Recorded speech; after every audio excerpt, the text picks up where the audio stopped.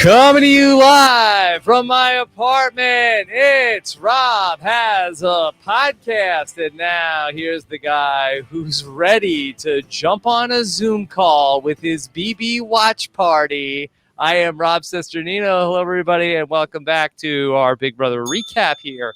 Eviction night #1 here in Big Brother All-Stars. Happy to be back here with you to talk about the eviction of Keisha and a brand new Big Brother HOH. It's all things Big Brother 10 tonight here as we discuss 1 week in the books here at Big Brother and look ahead to what's to come. We've got a great panel here with us to talk about it all here with you.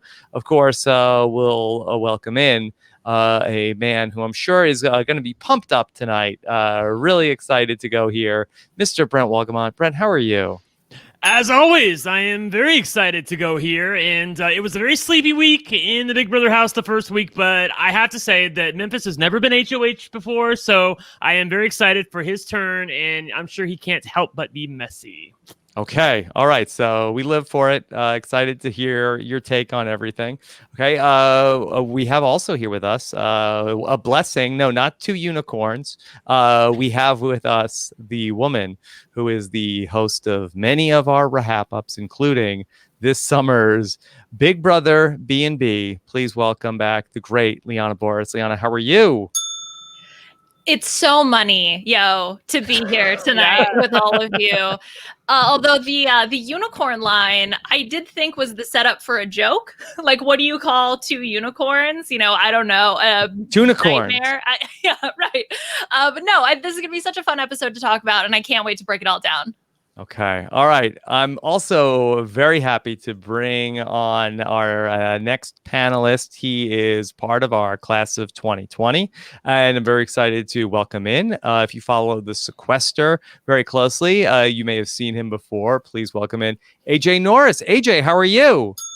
Hi, Rob. It's just the energy, the energy. I'm super excited to be here. I'm glad to be a part of this cult known as RHAP. Yes. Let's have some fun. Yes, let's have some fun. All right. AJ, for people that are meeting you for the first time, what could you tell us about yourself? Well, it all started the day I was born.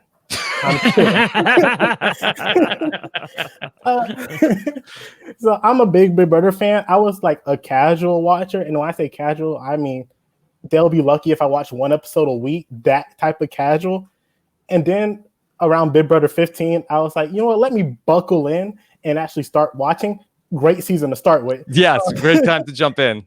And I jumped into Live Feeds next season, and I have been a super fan ever since. Went back to watch the great things, and I'm happy to be here now. Like, let's do this. Let's have some fun. All right, let's have some fun tonight, and that's what we're going to do. We'll take your questions later on in this show as we get ready to talk about the first eviction night. And, not a ton of surprises as expected. Brent, 13-0 vote tonight. Was anybody going to give Keisha a sympathy vote?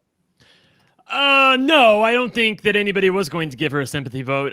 You might expect Memphis to give her a sympathy vote, but he wasn't even somebody who was open to voting for her to stay in the first place. That was one of the harder votes for her to get to stay this week. I think these are all-star players, and they're all playing cautiously, so the last thing you're going to get is a stray vote somewhere, or a hinky vote, or a sympathy vote. They're just not going to take that chance because they're all playing scared a little bit the first week in Big Brother, and that's what happens. You get a 13-0 vote. Yeah. AJ, I know you were very excited to have Keisha come back for this season. Can you help us eulogize Keisha 2.0? Keisha 2.0. I would like to be like Julie and ignore Keisha 2.0 and go back to Keisha 1.0. America's favorite player. The woman who was not afraid to bring it to anybody in the house, whether you're in power or not. The woman who was a fighter. I wonder where she was this season. But Keisha, she got emotional at the end. Yeah. And that's about all you can say for it, right? Like, Liana, this was so frustrating to watch because like we all are fans of Big Brother 10. We loved Keisha. As I stated on the round table, like of all the people that came back this season on Big Brother All-Stars, it was Keisha that was the biggest get from a super fan's point of view, because we were like, wow, like we never thought that we would have the chance to get Keisha, and then she's coming back, and then it was just like, Brent, how can you say that Cody Calafiore doesn't even know who she is? Rob, he's not a super fan, but we are, and we love Keisha. What the fuck happened, Liana? I'm sorry, I don't mean to swear, but I was really frustrated. Yeah, settle down. We're on an hour earlier on a Thursday, Brent. Yes. Well, I think we definitely got a flavor of Keisha during the eviction speech this week when she said, I want to wish most of you good luck. I think that's something that we were looking for earlier. And unfortunately, it's something that we didn't get to see. But yeah, they were all playing scared. And I think there was the nervousness of, I don't want to do anything that would make me stand out or play too aggressively. And I think that that's something that did her in.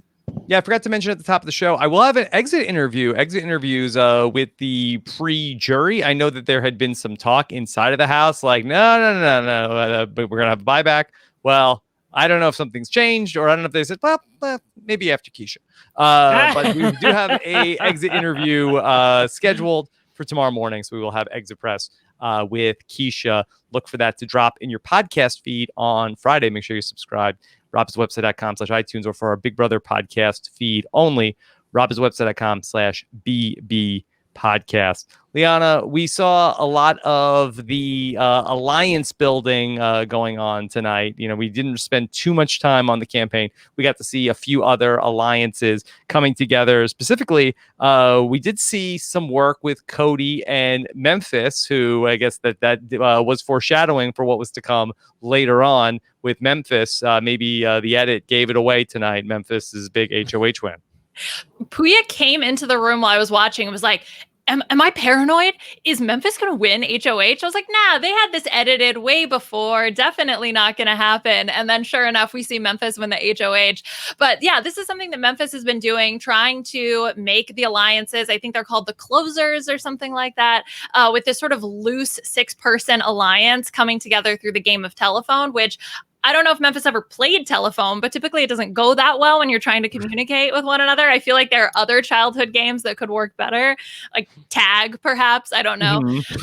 But anyway, so we see him put this together. But now that Memphis has won HOH, the closers might actually become a real legitimate thing. Yeah, that's the thing, AJ. I was like, I didn't put much stock in this alliance. I really thought it was shabbily done. I didn't think that there was much legs to it at all. But now that, but the thing is, Memphis was the biggest benefactor of the alliance. He was the one who was pushing it the most, really trying to get people behind it. So now that he's HOH, all those people that he included in his alliance are going to come running, being like, yeah, honey, remember me? We're in this 6-person thing at telephone, right? And anybody who's not in that, I'd be nervous. Like, listen, Brent, tell me this.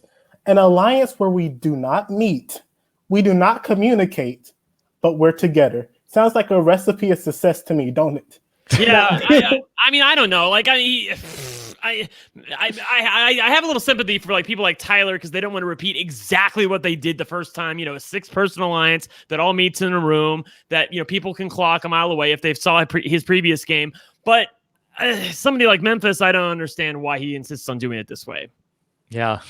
AJ, what do you think of, you know, we talked about the closers, which I don't believe that was set up in the episode, that's what that alliance is called, even though we saw the people that were in it. But the Cody and Memphis duo, what do you think of, not the Renegades, not the Hitmen, the Commission? I think of alliance names is definitely 3 of 3. And I also feel in effectiveness, it will also be 3 of 3. Can I just say, like, not to be like a little sassy, but like, Liana, isn't it like the height of white privilege to call it the Commission? Like, I mean, like, it just smells so bad. Like, why would you want to be a part of an alliance called that? But like, for many reasons, like, that's a terrible name for I just think it's a bit. It's just a dumb name. It's just trying to sound so haughty, super mysterious. And Memphis was so proud of it too. He was like, "Go." You know, he was thinking about it like at home with Dan. Yeah. But I don't get, like, because he was setting it up as the Renegades plus the Hitmen equals the Commission. The Commission.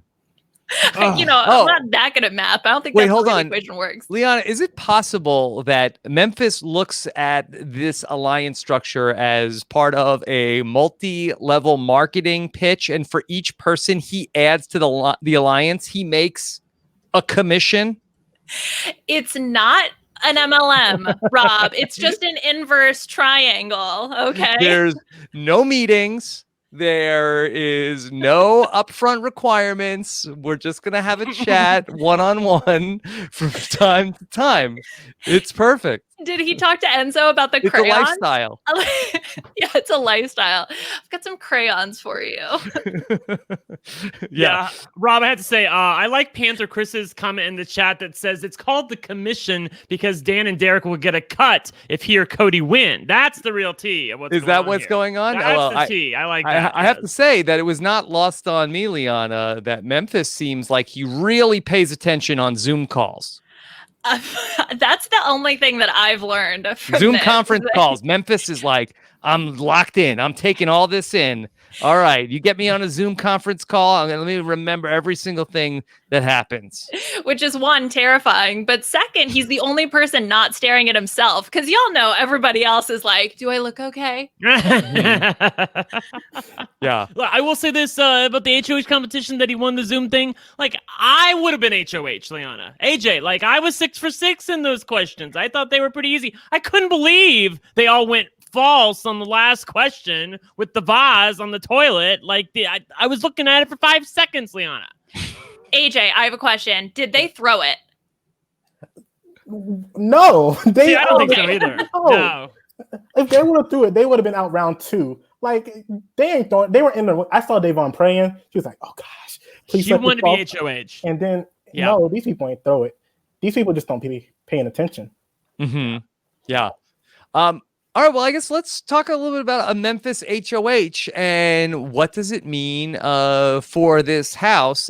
Brent seemed a little more excited. I was expecting Brent to almost be wearing the veil tonight. Well, I mean, like, here's the thing. I am a little nervous about a Memphis HOH, but, like, it's not going to be, you know, Kaser and Janelle have a seat on the block. It's not going to be that. He actually has an okay relationship with Janelle and Kaser. I don't think that there's no petty jealousies like with some of the house guests in regards to Memphis versus Janelle. Like, he really doesn't care about that. And I think that he, on balance, would rather keep her in the house. So if I were I'm a fan of Memphis. I'm a fan of Kaser and Janelle, and so I feel like they're going to be safe. But there are other people in the house that I like who might not be safe. And that begins and ends with the guy that I used to podcast with on Thursday nights, ironically, Ian Terry. You think Memphis has something against Ian? Has he talked about that this week? Yeah, he's talked about that as a potential nomination if he won HOH. And he has talked before about Ian being, you know, like good and sneaky. And it is a mystery to me, you guys, how Ian and Memphis don't bond more. Like, one was like the real renegade and the other one was like the wannabe renegade. Like, I would think that they would have talked at some point, that they would have communicated, but it seems to be non-existent in the house. You don't think that Memphis is trying to get revenge for Dan in some sort of weird way? Okay, that could be it. I remember when Taryn was talking about, like, when Dan said, I'm wishing friends well in this season of Big Brother All-Stars. He's been wishing Franzel. Not Franzel, but we were thinking, and Taryn was like, well, I don't think you would, like, call Ian a friend. Like, he's a peer, but he's not a friend. And so I think there's some friction there. Yeah, exactly. I think that it's definitely possible that Memphis is looking for payback for Dan. But I also think that it works well with what he's trying to do in the house. But AJ, we have the safety suite competition. This could be a twist to maybe save our favorites. Rob, could this happen? Here's the issue. Swipe it. Here's the issue. These people do not have the grasp of what's going on in this house. I have no faith that Ian will be like, "Ooh, I'm in trouble with Memphis." He's been oblivious all week. He thought Keisha was staying. Like, you're telling me this man is going to be the one who's like, "I'm in danger with Memphis." I feel like, and he's with Nicole. Nicole's probably going to be like, "Listen, Ian, you're okay. I got him in my ear. It's going to be fine, Ian." And he's going to be like, $1 million club. She wouldn't lie to me, and she would lie to him. Like Nicole is a snake, and he shouldn't trust her. I don't know that I don't know that she would willingly lie to him. Like she might later on, but not now. I think that she wants to keep Ian in the house because he's the only other winner. I think Nicole thinks she has more influence over Memphis than she does. That I agree. Yeah, that's what I think. But I do think that that's Ian's only card at this point. Like Liana, if he has a chance of surviving this week without like winning his way off the block through safety or veto or some combination thereof, I think that it starts and ends with Nicole Franzel. Like she is part of the 6-person alliance. She at least has a somewhat working relationship with Memphis, and she wants to keep Ian in the game. I think also that Nicole has a close relationship, or at least she thinks a close relationship with Cody. And so I think that also she thinks will help to keep Ian safe. But Cody was eyeing Ian from week 1. Yeah. So I think Cody is on board with Memphis putting up Ian.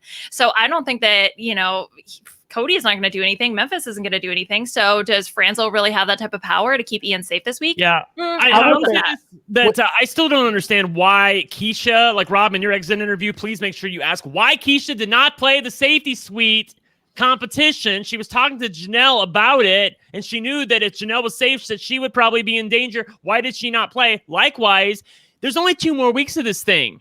If Ian doesn't know to play in the safety suite competition when a guy like Memphis, who he doesn't really have a great relationship with, is the head of household, that's on him. Like, I can't help him with that. He should know he needs to play in it. And I will say from Memphis's point of view, Memphis would do well to not let his target be known, because that's what Cody did. He let his target be known.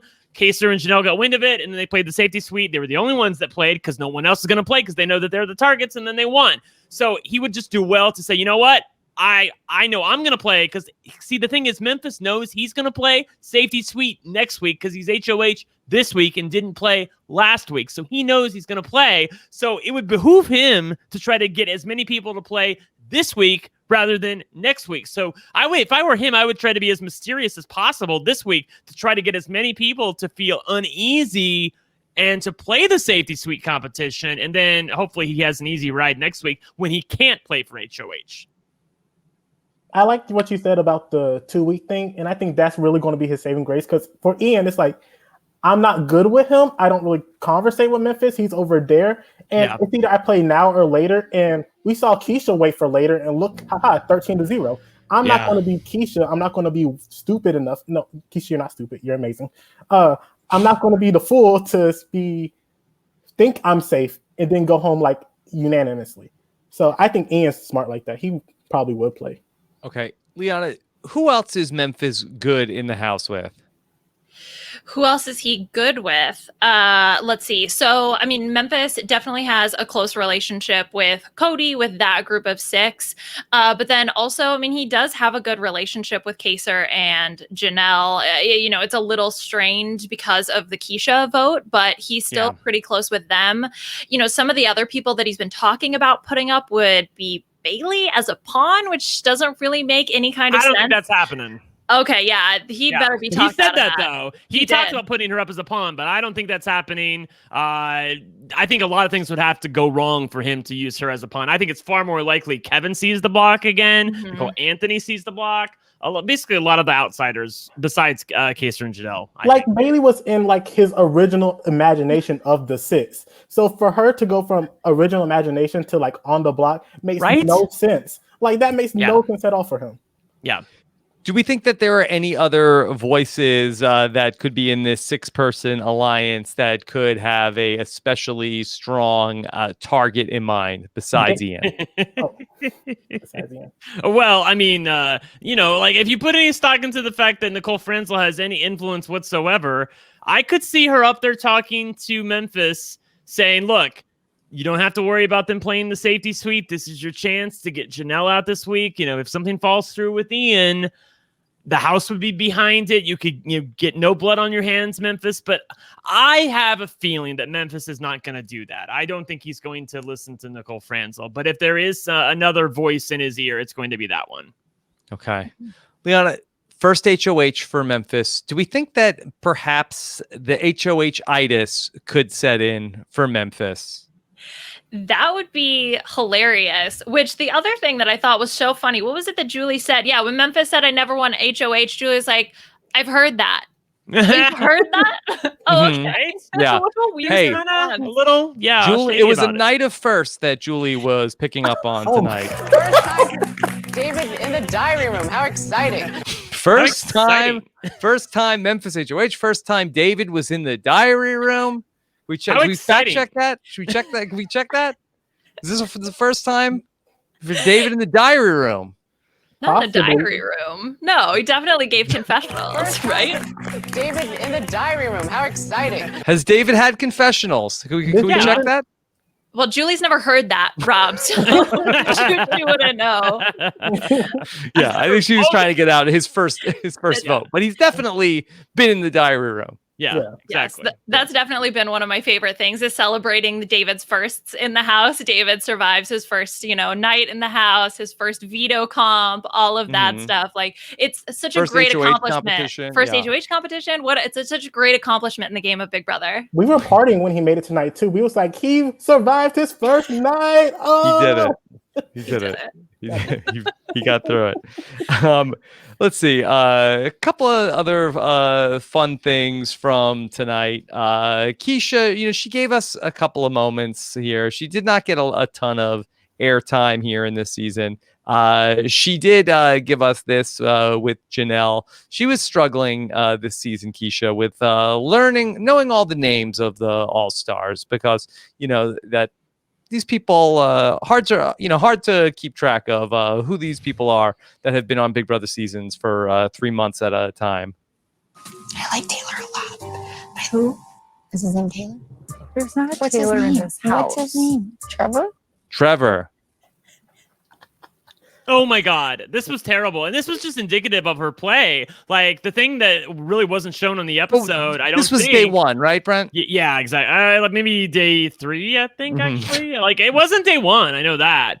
Right? Like this had all blends 2 together. days ago. Yeah. Still, how can you not know who Tyler was? He was like the number 1 person that was going to be brought back this season. The thing that really wasn't shown, unless I missed like 10 minutes of the episode last night, is that Janelle knows the truth, which is that Keisha is a terrible campaigner. Not only could she not get the names right, she couldn't even campaign right. She wasn't even very good at it, to the point where it actually irritated Janelle. We're like, how are you on an All-Star season and you're this bad at campaigning? Like Janelle was doing far more work to try to save Keisha than Keisha was ever doing for Keisha, because Janelle had a fire under to try to do something, but Keisha was just afraid. And the thing that I kept going over, which I talked about last night, and I want to talk to you guys about for real, is the fact that Keisha could not sense that she was in danger. And what I was saying on the roundtable is this: how can you not know that you're in danger and face the music and do something about it when you know that the person who is staying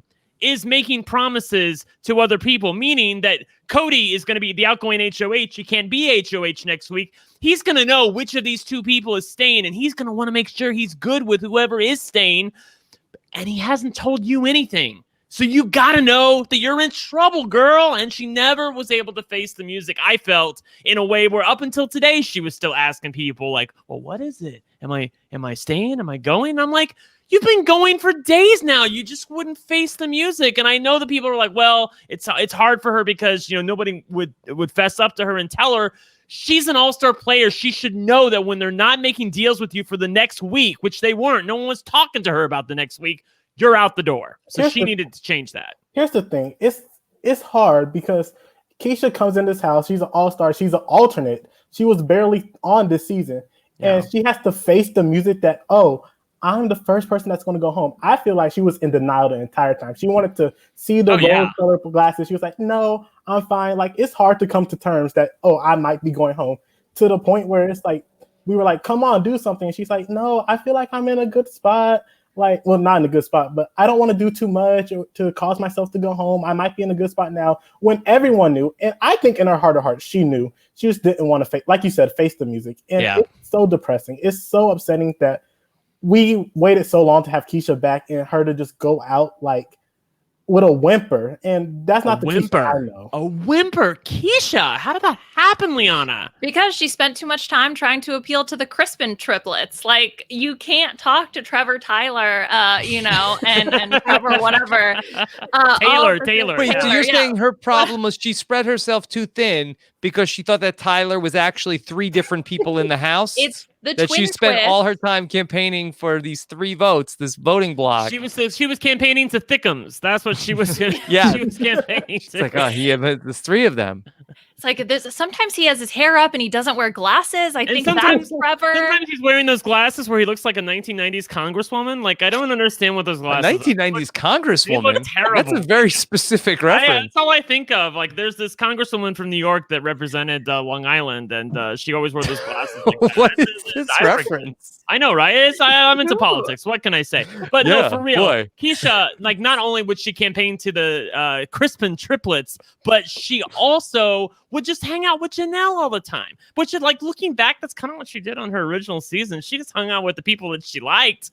Didn't really hang out with the people that she didn't like, and it happened to work out for her that season. But this season, like, even it got to the point where Janelle even said, "Girl, like, it doesn't do you any good to hang out with me. Like, go talk to other people. Like, fly, little birdie, fly." And she wouldn't. AJ, do you feel like her heart just wasn't in it? I think her heart was in it. Like today, when Devon finally told her, Keisha, you're going home, she started to well up. She started to cry. Like, she had to, like, fish herself before she was going in there. And you don't cry if you don't want to be there. But I just don't think... I just don't think she had it. Like, I don't think she had the spunk to do it. I don't think she had the legitimacy to do it, the agency to do it. Like, she was so down since she got on the block. Since before she got on the block, she basically, like, was 1 foot out the door already. And I hate to say that because I love Keisha. Like, go watch BB10. She's amazing. She gives me everything. Great playboy? Maybe not. But she gives me all the life. And this season, she didn't give me none of the life. And I don't know it's because she didn't have the life at all. Yeah. I mean, it'd be one thing if she came in and she was just like super messy, like too hard, too fast, like just like, crash and burn. But it just seemed like that she never got out of the starting blocks. Yeah. Mm-hmm. That's basically how it felt to us. I mean, I think even Kevin, when he got nominated, was really down, but then kind of picked himself up and was able to get a little bit of momentum underneath him, whereas we just never saw that from Keisha, period. Yeah, as much as we're talking about Keisha, like, I feel like Are we dictating to our Apple enabled case. assistants? Yeah. Like, I just wanted to give a little props to Kevin because, like, it has to be his worst nightmare. The only LGBT representative in the house. He's really trying to, like, show people, hey, I belong here. Like, a lot of super fans have talked about him, but none of the casuals have ever talked about Kevin Campbell coming back to Big Brother. And then for him to end up on the block in the first week, I could easily see where it would be like really jarring for him. And I don't know if I would have reacted very well, but he reacted great. He was able to really smooth things over with Cody. Made him feel a little bad, but not really bad, to the point where Cody felt good about keeping him in the house. And Cody said it himself. He felt like Kevin was a more moldable presence in the house, and that's why he wanted to keep him, whereas somebody like Keisha was seen as being totally with Janelle and sort of intractable on that side. I would like to say it broke my heart all this week seeing, like, Kevin be so down on himself. Be like, oh, I don't know if I'm really an all-star. I'm in here with all these legends. Am I worth it? And I'm over here like, Kevin, you are worth it. Like, I believe full-heartedly that he is the best man of color to ever play Big Brother. And the fact that he's so down on himself, I just wanted to, like, give him a hug and then slap him, be like, get your head in the game. You got to get in this. You got to, like, fight for yourself. He didn't have to do much fighting because Keisha was so bad. But I would just wanted him to realize, like, yo, I'm good at this game. I'm a fighter. So let's get this going. Now, I'm scared that if with this Memphis HOH, he might get put on the block again. Yeah. I don't think I can take that. I'm hoping that Memphis is like, you know what? I'm going to give that a break. By the way, I just want to give a shout out to Kevin. I don't know if you guys saw his conversation. It was either I think it was yesterday with Janelle, where Janelle sensed that the votes were going the other way. She wasn't going to be able to save Keisha. And she finally went to Kevin and was like, hey, I just want you to know, totally on board to keep you. I don't know if anybody else has told you that. And Kevin was like, yeah, actually, a lot of people have told me that already. And like, it was so shady to her. They were like, wow, like they were not having it with each other. Like, I don't know if they would actually target each other, but it was definitely an odd conversation. And he was like, I think he had like had it up to here with having to be fake to people. I think that was his one time, Liana, where he was like, you know what?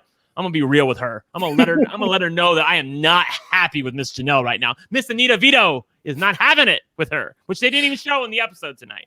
I know. I was so disappointed, especially because we so rarely see things in the intro package actually come to light in the actual season. Remember when Raven was like a ghost hunter or something like that? Right? If we could get Miss Anita Vito showing up in the intro package and in the episode, that would have been something of a delight. But unfortunately, we didn't get to see it. Maybe in the future. Maybe in the future. Yeah. I think when Kevin really needs it, I think that that's something to go to. But I feel like that, Keisha was just like so giving you nothing. Like had Kevin mounted a real campaign this week, I think that it could have like turned around where people are like, boy, Kevin's actually dangerous. Let me tell you how bad Keisha's campaigning was. How bad? People today being like, did Keisha campaign to us at all? Yeah. Man, I wish Keisha would have campaigned. I wasn't going to save her, but I wish he would have gave me something. Like, if you have people not wanting to save you, be like, man, I wish you did more.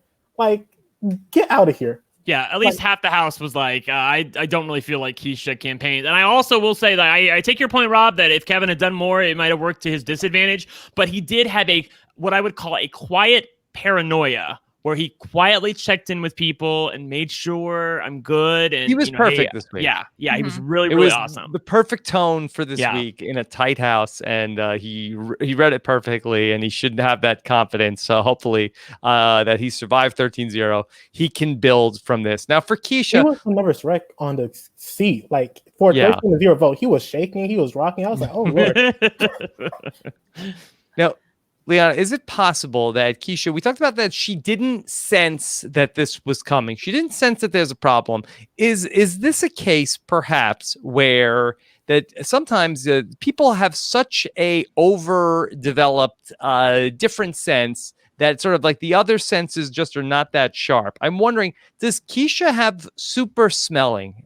Because she really has keyed in on the fact that Cody Calafiore smells so good. And we heard it last night and we thought, oh, okay, like this is a real suck up move to go up to the HOH room. Oh my gosh, it smells so good in here. It smells good in here? Yeah, it's your cologne. So tonight, so thirsty. After 13-0, she's giving goodbye hugs to people.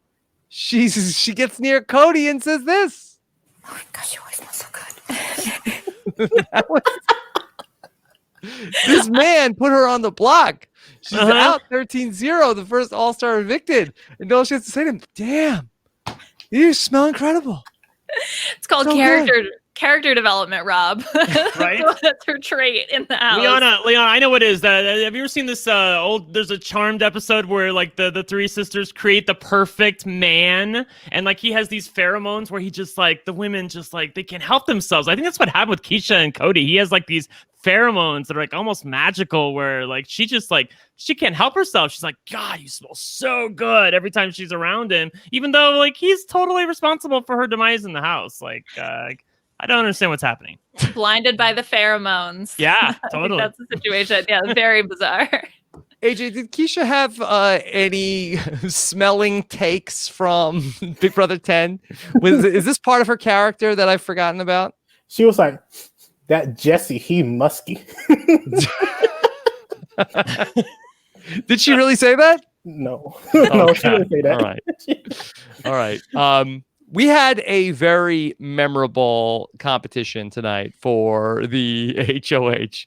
And first off, that we have to just flash back to last night's episode of Rob Has a Podcast as we were talking about the Peloton challenge of, boy, are they just sort of like, is the Big Brother writing team just brainstorming, okay, what are the hot trends of 2020? What will we see next?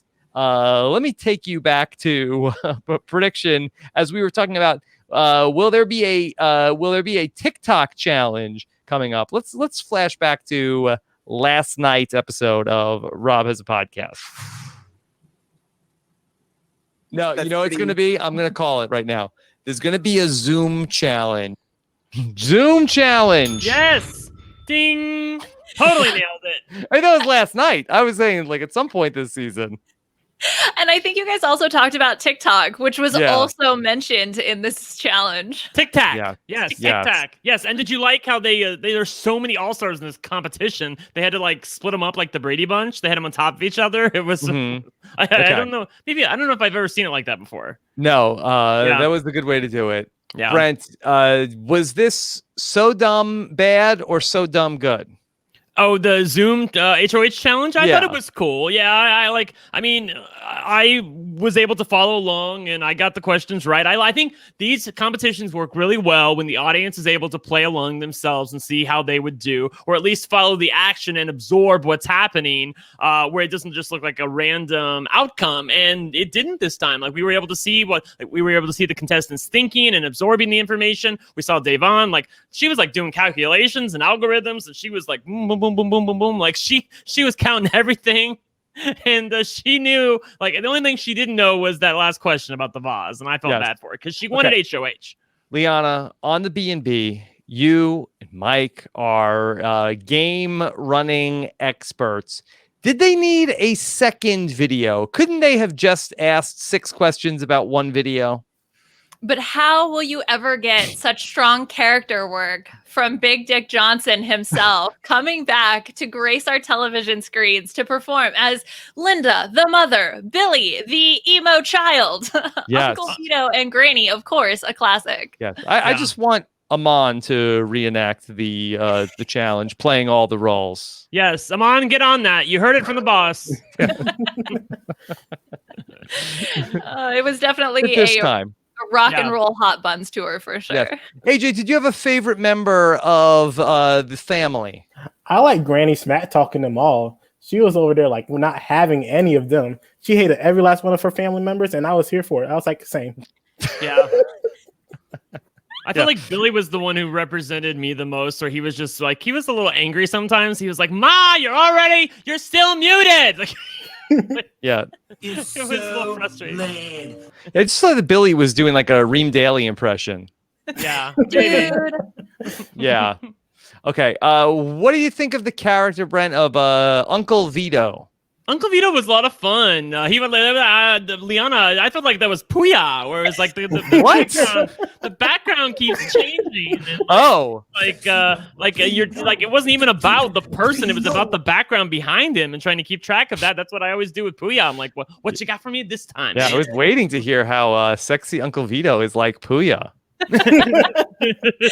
Only the Zoom backgrounds, I hope, is the only comparison. But yes, I saw as soon as that happened, my Twitter feed just went boom, boom, boom, boom, boom, boom, boom with all of the Puya Uncle Vito comparisons. So I don't know how he feels about that. I'll have to check in with him later.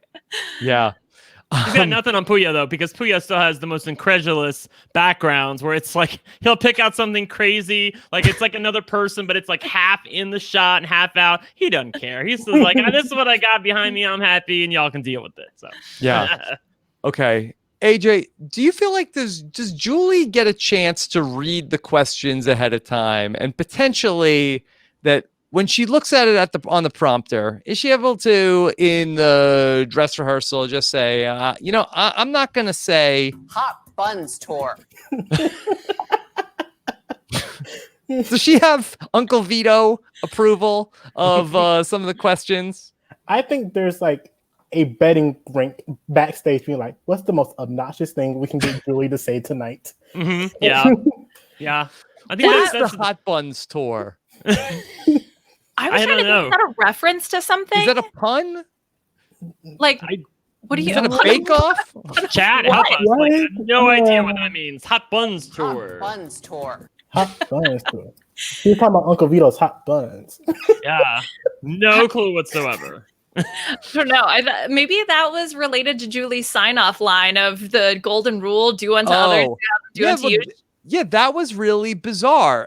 Now, right? I think I have this from, and I don't think I played this. So on the very first night of the show, I think that Julie might just be playing with some sign-off lines for the season. because that Julie ended up signing off the first show with something that was also similarly unusual, uncharacteristic. This was her sign off tonight. Sexy Uncle Vito. Oh no. Sorry, that was a mistake. It was well timed. I love it when Rob presses a button. It's the wrong button. That's the wrong line. This was her sign off tonight. I'm Julie Chen Moonves, and remember the golden rule: do unto others as you would have them do unto you. All right, let's get to the bottom of this. This was cryptic. Is this a hint on an upcoming twist that is coming to the show? B, is this some sort of pro-mask message of, hey, I'll wear my mask, you wear your mask, do unto others? But she didn't. She didn't even wear a mask. I don't know. I mean, is this is it like a political statement akin to Black Lives Matters? Is she saying yes? I think Nicole Franzel went into the dining room and was like, you guys, I said I was going to create an all-girl alliance and then betray it. Twitter's going to hate me. Please tell them to be nice to me. And then it's like, Nicole. Oh, is this okay? So you think this is a fourth different thing of like, hey, don't be toxic on social media about Big Brother. Let's all just have fun. About Nicole in particular. Yeah, Nicole in particular. Franzel in particular got Julie Chen to say that. That's what AJ's saying. And I agree with that. I think that's what's going on. She was already talking to the Big Brother house like, I know people are going to get mad at me for going after your faves, which means I'm totally going to do it. Okay. Yeah, I was like, I got to get my tinfoil. Where is Antonio Mazzaro? We got some conspiracy theories going on here because it was just very odd. It was odd. Like, I'm used to the whole, I'm Julie Chen Moonves, good night. Like, and then she has this whole, I think that's it, Rob. She's definitely playing with different sign-offs. She's playing with some different sign-offs, I guess, to try to end the show. But it'd be interesting if, if this sticks. And exactly, what she's going for. To go back to the mask thing, yeah, that was very real of like, all right, you had your fun in the Big Brother house. You're prepared to come back to the outside world, put your mask back on, and stay socially distanced. So dumb. Okay, they're already tested. They're tested all the flipping time. Then they come right outside the house, and Julie doesn't have her mask on, and she's been out in the real world.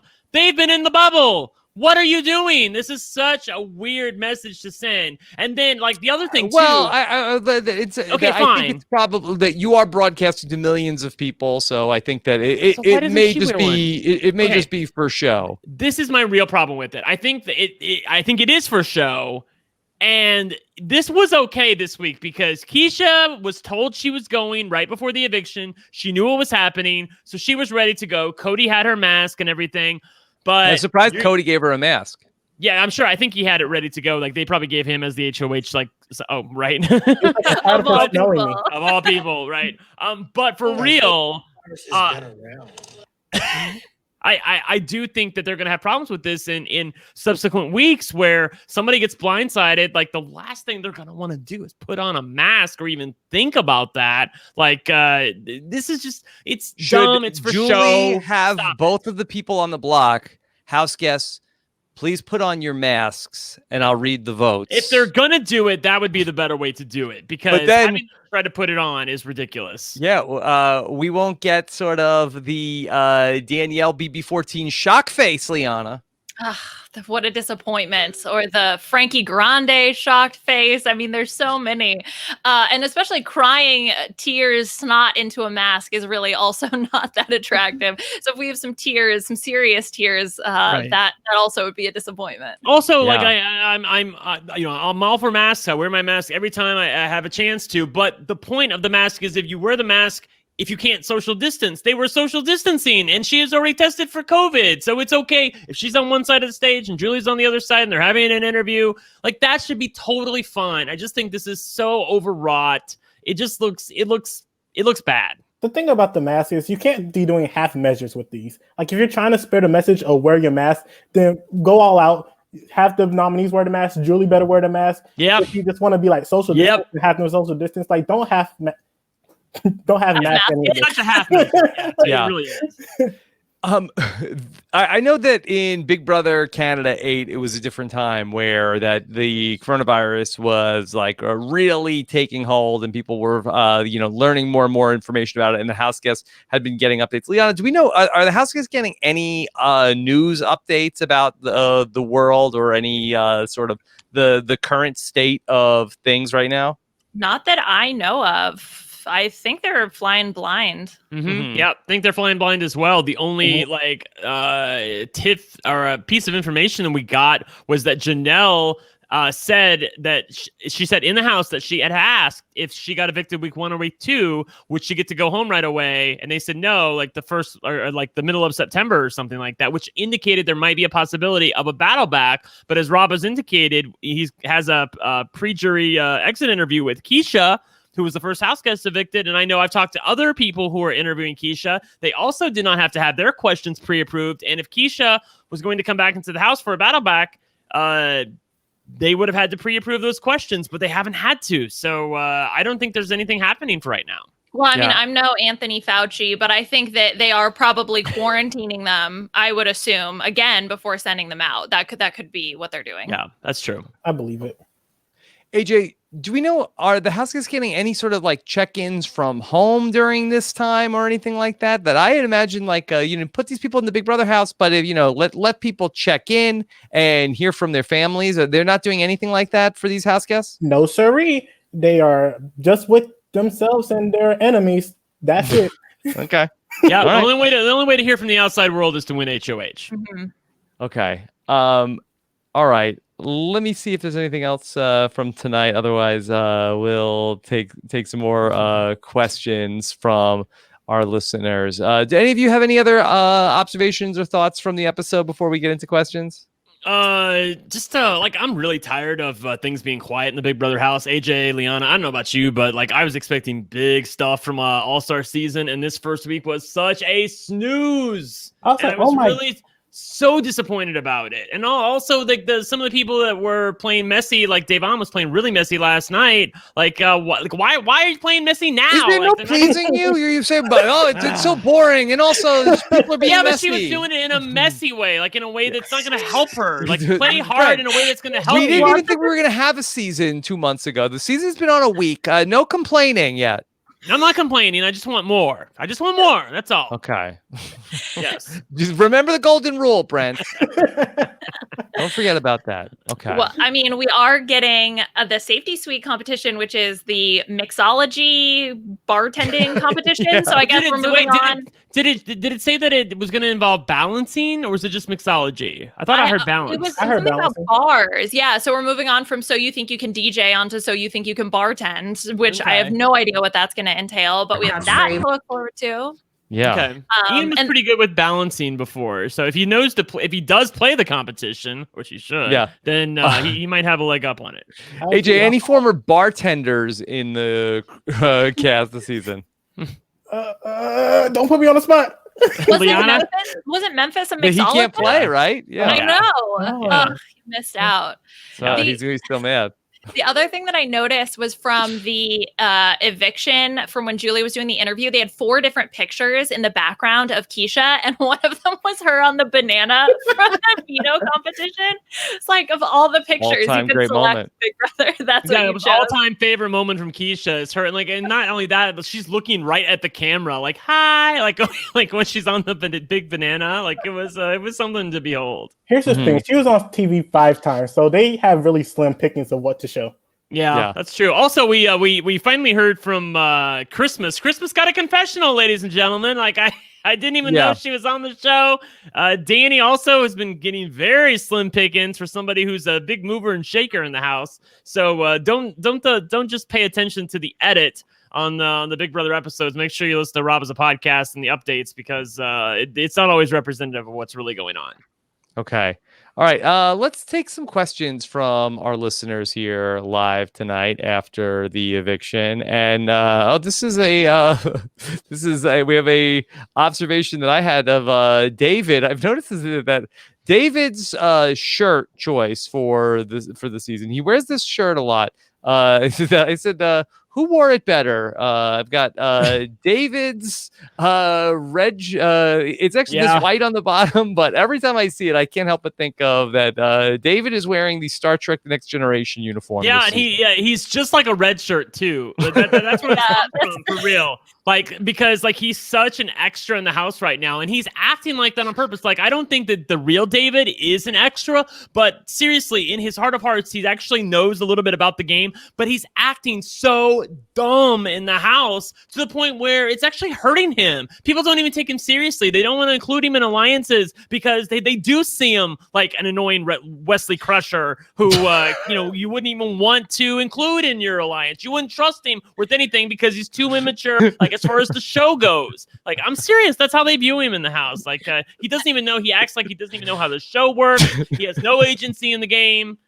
It's terrible. Listen, Brent, I don't know about this alliance thing, but here's the thing about being a red shirt. Red shirts, they are very philosophical in the sense that. Right. It's funny because we talked about Keisha not knowing the names of people, but Cody has been calling him Kevin for a very long time, even though David has corrected Cody to his face. Finally corrected him. Which, I think somehow represents David's game in some way. Okay. All right. Let's take another question. What Up Tim says, so Dan had to tell Memphis to boot Ian ASAP, right? I mean, I don't know. If you're like, as Riley says, if Memphis is paying attention on those calls. Right? It's like a 12. I was gonna say this is 12D chess, but I don't really think it's 12D chess. I think it's just called payback, bitch. Like, that's what he wants. He wants a little payback for what happened on Big Brother 14, and he's not gonna let this kid get to the end again. But he's right about that though. If Ian gets his claws in the game, you go to like week 4, week 5, the house starts fighting, the big targets develop.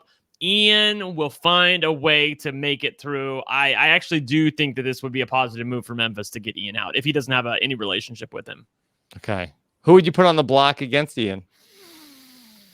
Oh, wow. I'd probably... Oh, gosh. I mean, like, I think the people that have a lot of connections in order to stay, like a good pawn, would be someone like a Bailey. But, like, are you really going to want to disrupt that relationship and use her as a pawn? I don't think she would take kindly to that. But then again, like, maybe he can smooth it over with her. I don't know. Has Bailey ever been a nominee? But I'm trying to think of the initial part of Big Brother 20. Was she ever a nominee where she wasn't the target? Like, I know the week that she went home, she got backdoored. But before that, was she ever the nominee on the block? I don't think she was, right? So. Yeah. So I don't know how she would. I don't know how she would react. Okay. All right, let's take another question from Amber Davis. How much do you think that Janelle and Kaser are regretting that one of them didn't sit out of the safety suite comp last week? Also, do you think it'll be the same reward every time? I know Julie is being a little cryptic with her quote, but what does it mean? Is it related? Okay, so there's a lot there. Liana, have we heard Janelle express regret at playing in the safety suite comp? Not that I've heard. It seems like even though now they sort of know the full rules because there was some miscommunication in the beginning, they thought that, if Kaser timed out, then they wouldn't get the safety. So Janelle played as well to give them a better chance.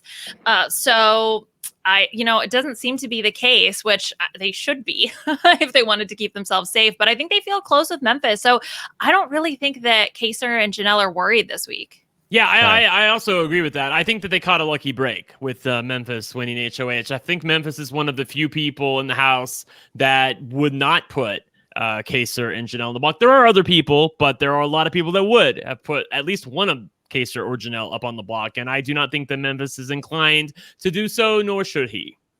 AJ, what's the relationship between Memphis and Janelle and Kaser based off of just that, like, hey, you're old school, I'm old school, let's just watch each other's back? Or are they getting along well? Listen, everyone views Janelle and Kaser as old people, and Memphis is an old person. Like, so, so it's like, it's a natural. It's not like he's like spending all their time with them, but it's like, we're fine. He's like, you're not Keisha, so I like you. Yeah. Okay. All right. Let's take this question. And this one is from Keisha Smith has a tweet. No matter what, I guess she's already back on social. No matter what, I know I will always have 3 votes for me. Thank you for all your support. I'm truly humbled by the amount of it. A big shout out to Janelle and Devon. I'm looking for you to the end. Also, I'm a big thumbs up to the No. That's the middle That's a finger. different finger, Sorry, Rob. That's a big it's tough to read these emoji from across the room. Everybody who longtime Rob as a podcast listeners know I'm not great with the emoji. Big fu to the men, Enzo and Memphis. Yeah, she put a men in quotation marks as well, which I thought. I'm sorry. Was They give the tweet goes on, and they give a bad name to Sheep and Cody, who could never tell the truth to my face. Oh, what happened? He smells so good. I came into the game thinking that I was playing against men, but none of your balls have ever dropped yet. Your partners deserve better. Hashtag BB22. Hashtag BB All Stars. Hashtag strong women deserve strong men. Hashtag get some. AJ, where was this for the last week? right. Oh my gosh! Like, I love the fire. You're like 5 days too late, but I love the fire. Oh my gosh! Balls Liana, haven't dropped yet. Oh Wow. my gosh! I can't believe she just came out. If that's actually Keisha, which I have to believe she dictated it or something, because I know someone else was running her accounts, and they were pretty good. But if that's actually Keisha, wow, where was that? Like, Oh I my would have loved to God. hear that. Like, honestly, this is what I wanted, Rob. For real, let me complain for 30 seconds, all right? I know you don't want me to complain about Big Brother, but I'll complain about Keisha, right? So Keisha goes up to Cody, and she's right. She never got a straight answer from him. But again, she has to understand the mechanics of the game and the way things work. The fact that it did not dawn on her, okay, he's not making a deal with me. Which means he's making a deal with Kevin because he can't play for HOH next week. He's going to have problems. He's going to be vulnerable. He doesn't care about me and what I might do because I'm not going to be here. Like, that's what needed to dawn on her. I wish she would have just said, you know what? You're not being real with me. You tell me the truth. Like, it's obvious you're not being real with me because you're not trying to make any deals with me moving forward. Like, it's obvious that I'm the target. Just say it to my face and then I can at least live with that. If she would have done that on Tuesday or Wednesday morning, I feel like that might have been enough to jostle some votes into people thinking that, hey, Keisha's actually playing the game. Let's keep her in the house because she obviously has a target in Cody, and we don't know what the heck Kevin would do. Well, Brent, she never got a good look at their undercarriage. She couldn't tell the status of their balls, and so it's very challenging to move forward without that information. Yeah, I Okay. suppose. Oh my gosh! All right. Wow. Okay. Hey, Keisha, just remember one thing. I'm Julie Chen Moonves, and remember the golden rule. Do unto others as you would have them do unto you. Yeah, come on. Remember the golden rule, Keisha. Okay. Right. Yeah. All right. Let's listen to James as so guys, I want to know who your favorite character was from the HOH comp. Uncle Vito, Granny, Linda, or Billy. Okay. Should we assign roles? to us? Yeah. I call Linda. Linda. I'm Billy. I'm probably Granny. I will happily be Uncle Vito. Yeah. Oh! Yes, Yeah. get those Zoom backgrounds. Right? I mean, yeah. Can I say that? Do we need sexy Uncle Vito when we already have Enzo? Woo! Sexy Uncle Vito worked at the Bayonne nipple factory, right? That's the truth about that. Liana, he's looking Right. good. What? I don't know, but does Uncle Vito got the bling bling? Because we know Papa got the bling bling. Oh my God. Mm-hmm. Yeah. Okay. Yeah, I was Uncle Vito. I was thrilled that they showed Enzo laying out in the backyard, and I know that it's funny, but Memphis Enzo worked hard on his body coming into the Big Brother house, and just over the last couple of years, so it's nice to see that effort paying off. Brent, is it possible that Enzo might have been dabbling into the performance-enhancing substances, which may have caused his testicles to not descend? I mean, that's what I've heard. People say that their testicles might not have descended. So, that's what I'm hearing from people. That's a side effect I hear. Okay. All right. Let's keep going. Bad Luck Brian says, who needs to compete in the safety suite this week? Okay. We said Ian. Who else? I think Nicole, Anthony. Oh, Yeah. Nicole Anthony. Yeah. Yeah. Kevin. Okay. Yeah, Kevin.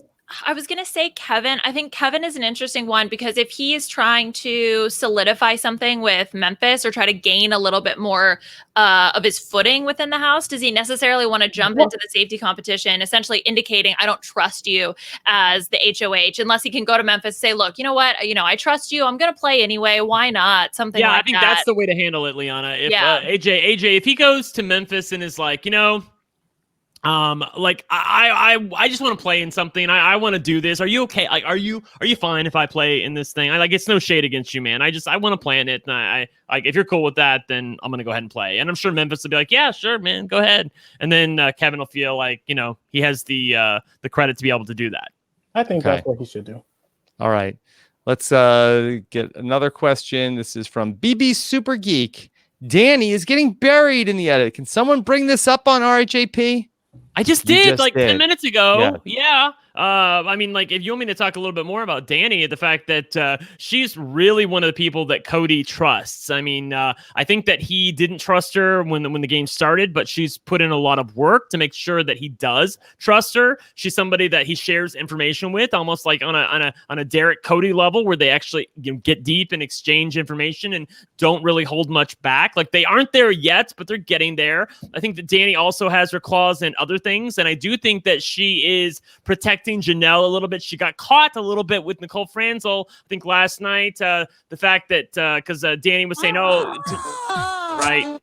to Nicole Franzel that Janelle likes you, she's cool with you, but Nicole Franzel, of course, you can't shake her belief that Janelle is after her. Brent, she has a binder. Yeah, apparently. She has a binder. How many things that you said that you think are in Nicole Franzel's binder? Yeah, Nicole Franzel's also brought up the fact that people talk bad about her win.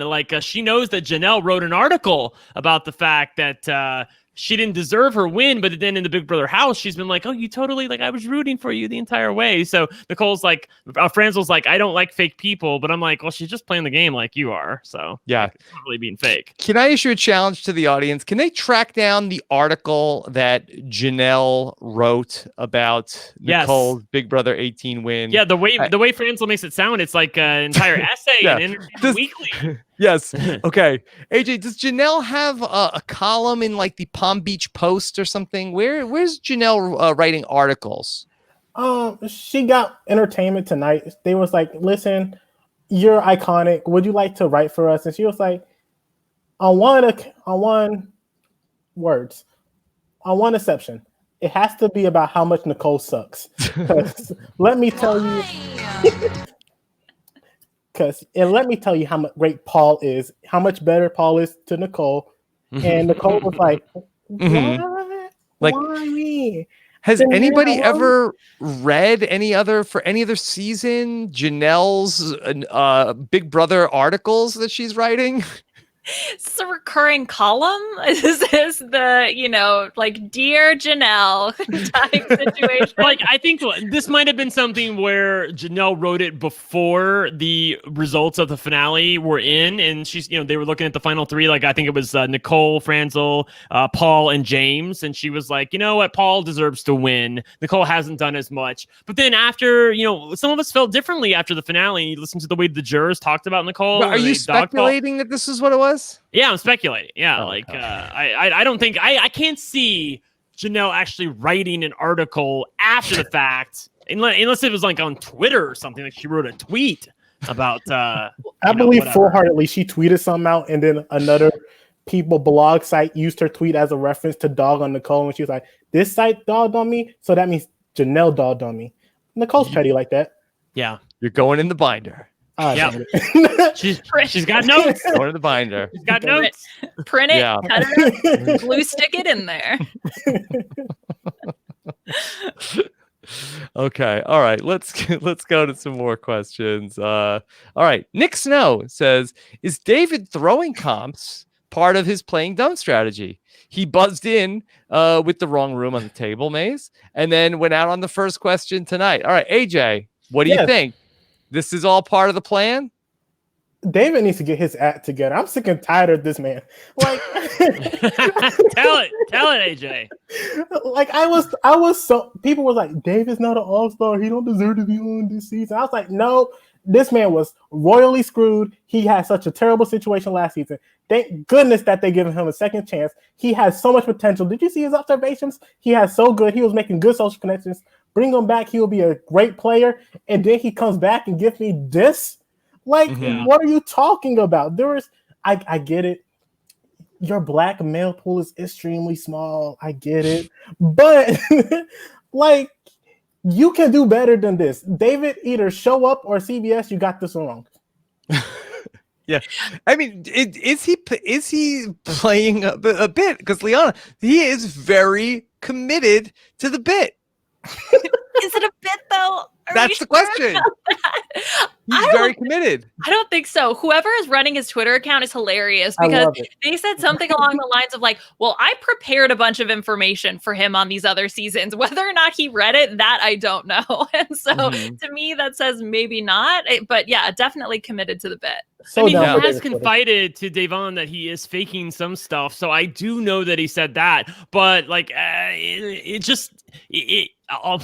far as like the question goes, I think he actually got it wrong. Like I think he wasn't the only person to get that wrong, right? Somebody else was the other one who got it wrong. I know, right? So like it was definitely possible to go out on the first question. So I don't think he was faking that. He like somebody like David would need to win HOH, but I don't know that he knows that though. Could you imagine a David HOH week? We were thinking about it. Like I thought about like the most what the F kind of HOH possibilities, and David definitely was one of them. Like what would he do, and who would really be the person behind the throne, so to speak, of the if David got HOH? But we'll have to wait till next week. I would like to see a David HOH, but like here's the thing: like Nicole Franzel being like the way she is, like lowers her threat level. David had no threat level. He don't need to be playing dumb for no reason. Just because he shows up smart, people ain't going to be like, oh, David's smart. We got to get him out first. Like, listen, David, get better. No, it's so funny because people in the beginning were like, oh, yeah, let's bring David into things. You know, like he's social, brought him back for a reason. And then he's been such a freaking dud that they're starting to exclude him from certain alliances because he's not bringing it. Like, go on, girl, give us nothing. It's not even just the fact that he is purposely playing dumb a little bit. It's that he doesn't have any fire in him. Like he doesn't really talk about the alliances and let's build something. Let's do this. It's not there. Okay. All right. So we do have some updates here. Breaking news are happening now. All right. I want to thank the Lone Ranger in the chat and some of the other people that have sent me the Janelle article from the Hollywood Reporter, direct coming to you live from Nicole's scrapbook. Okay, let's go ahead, and I want to shout out Matt on Twitter who has this for me. Let's take a look at what's going on here on Matt's this tweet that Matt has sent me. Okay, this is from Janelle. This is a screenshot. Janelle says about Nicole's game, it's my least favorite gameplay. I don't like the sneaky hideout in the beginning and then start playing. That's just so lame. Wow. Here. Is this Billy? So lame. Yeah. It's like a rat game. She's a little rat. She's sneaky, doesn't own up to her moves, and she's really super whiny. So it's combined with her not owning up to her gameplay. It's kind of sickening to watch. I will say, though, she is playing, and she's playing better than James. Ha ha ha ha ha. Even though I don't like her gameplay, doesn't mean I would vote for her. Doesn't mean I wouldn't vote for her. I wouldn't vote for James. If it was Nicole and James, Nicole would 100% have my vote. I'm sorry. If you haven't done anything in the game, you don't deserve to win $500,000. He's horrible at Big Brother. What is he doing? Looking at Natalie? Out of the three, Paul would have my vote. He's going to win. He's becoming a competition beast. He performs well under pressure, which those last competitions can be very stressful. And it's so hard to compete when you're in the finals like that. He's going to win the final HOH and bring James to the end. So, yeah, Brent, so you did nail it. I was just gonna say, like, can I have because like I felt like I got shaded for that. Like, oh, Brent, what are you speculating here? And like, I know how they do. It was a legitimate question. Is this rampant speculation, or did you know? I just have seen these other house guests, like they always go to the former house guests like right before the finale and ask them like, what do you think, and shove a microphone in their face for an article or an interview. And like I knew that it was something like that. I will say that no shade, but I felt like Janelle was harder on Nicole Franzel than I was ever hard on Nicole Franzel, and she seems mad at me in general. So Nicole Franzel, you got to roll with the punches sometimes. What are you saying? You would like an apology from Nicole Franzel? No, I don't need an apology. I just don't know why she's all mad at me about it. Like, do you think that your page in the binder should be way behind Janelle's page? Is that what you're saying? Like you should be one of the tabs in the back. That is what I think. Yes, I mean, that. What I read, like, I never said her play was sickening. Like, that was a little much, Janelle. Yeah. Go ahead, there is another quote from the article, and I don't know, Steve Moses is collecting a burn book as well, but Janelle says, I would have voted for Liz over Steve, and I liked both of them, but I would have voted for Liz to win over Steve. I'm sure Steve knows that. I'm just saying, like, he knows everything. If you said something, he saw it somewhere. I'm sure he does.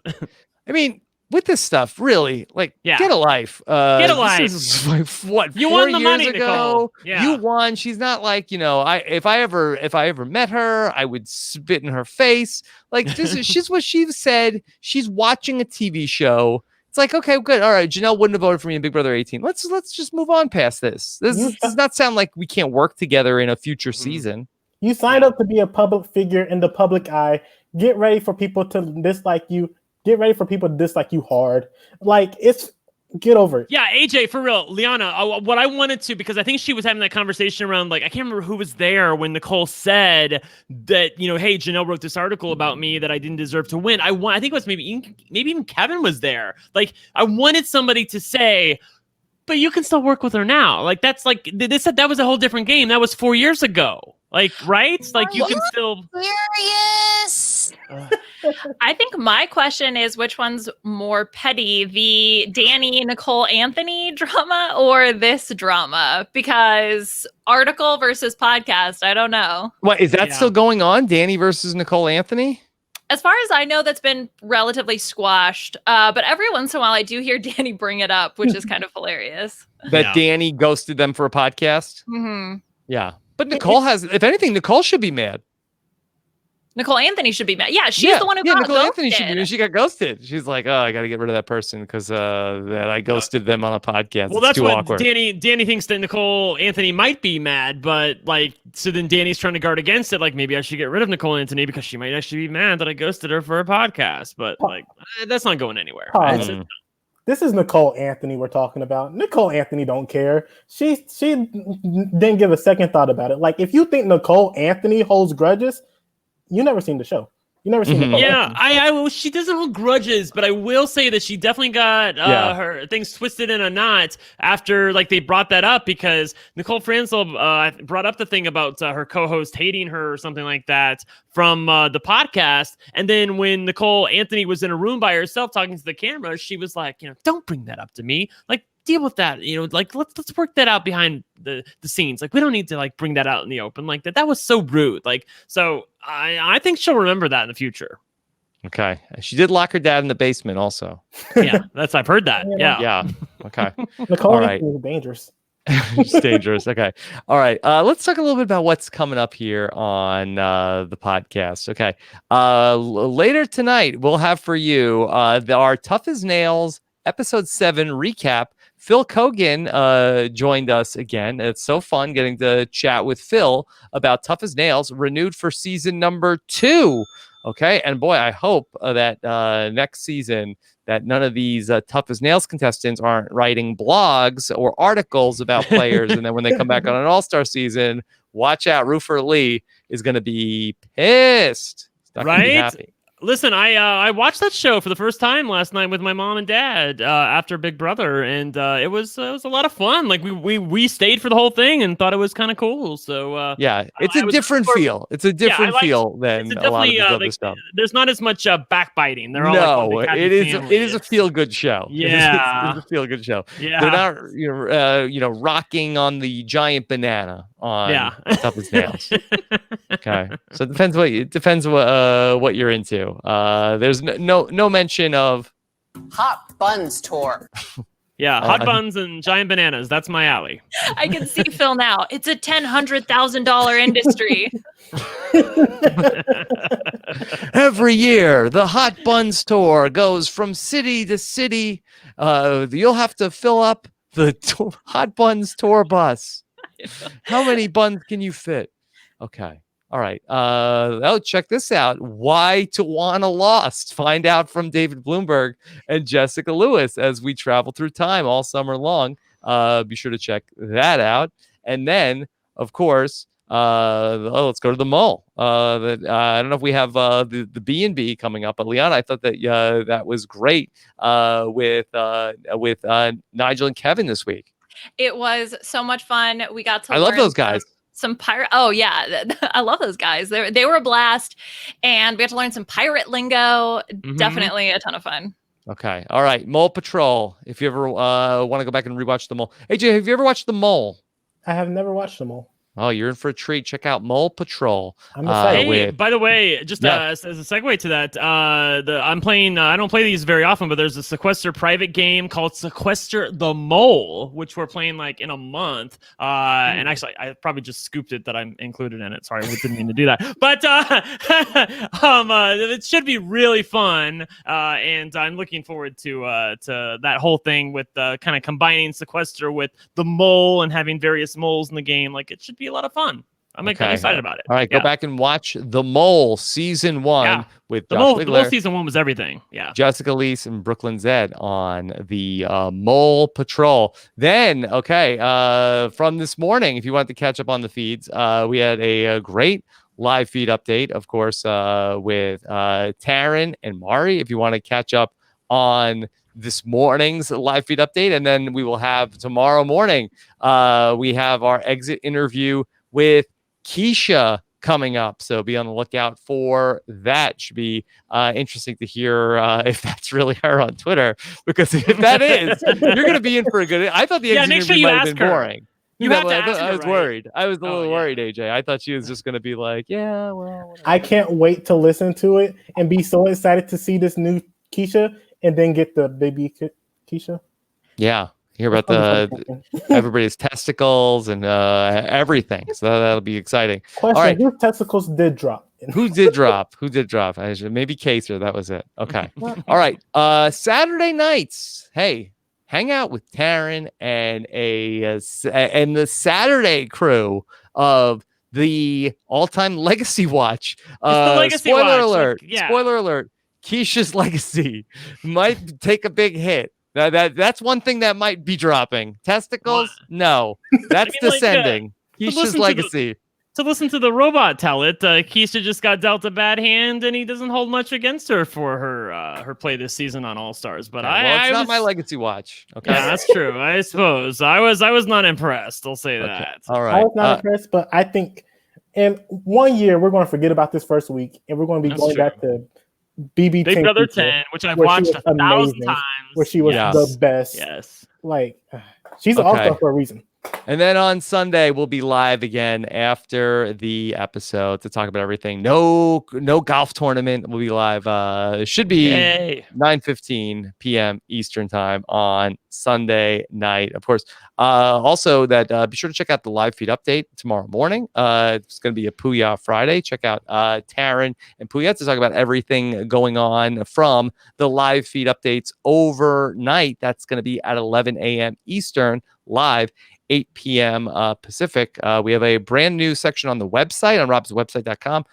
There's a highlighted box for the latest live feed update. That'll have anytime you go to the website, it'll have the live feed update from the given day or in the hours leading up to the live feed update. That'll have the link for the most current one. Also, make sure you subscribe on YouTube if you want to be notified of all that. And of course, it is a jam-packed season of Big Brother. I think we're definitely well over a dozen Big Brother podcasts and counting for week one. Of course, it's made possible with the support of the patrons of Rob Has a Podcast. Head on over to robhasawebsite.com/patron to get access to our patron-only podcast feed, our patron community on Facebook and Discord as well. I'll be live with a Facebook Friday taking phone calls. I'm sure we'll talk a lot of Big Brother on Friday and much more, all at robhasawebsite.com/patron.